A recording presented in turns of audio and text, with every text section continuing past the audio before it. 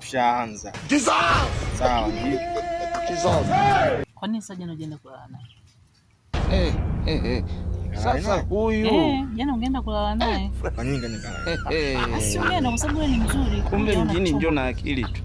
Utapiga hela. Unafunda livyo na dharau. Sasa sijui mnyama alikuwa anacheka. Sasa kwa nini mimi naongea naye? Na jana mimi nimemkuta naye.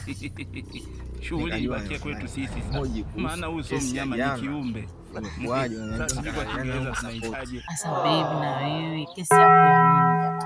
Mtu mzuri kama yule, kitoto cha 2000 kimenyoka ziwa likisimama, mtoto mashallah. Unashindwa kuna kulala naye jana mpaka ukarudi.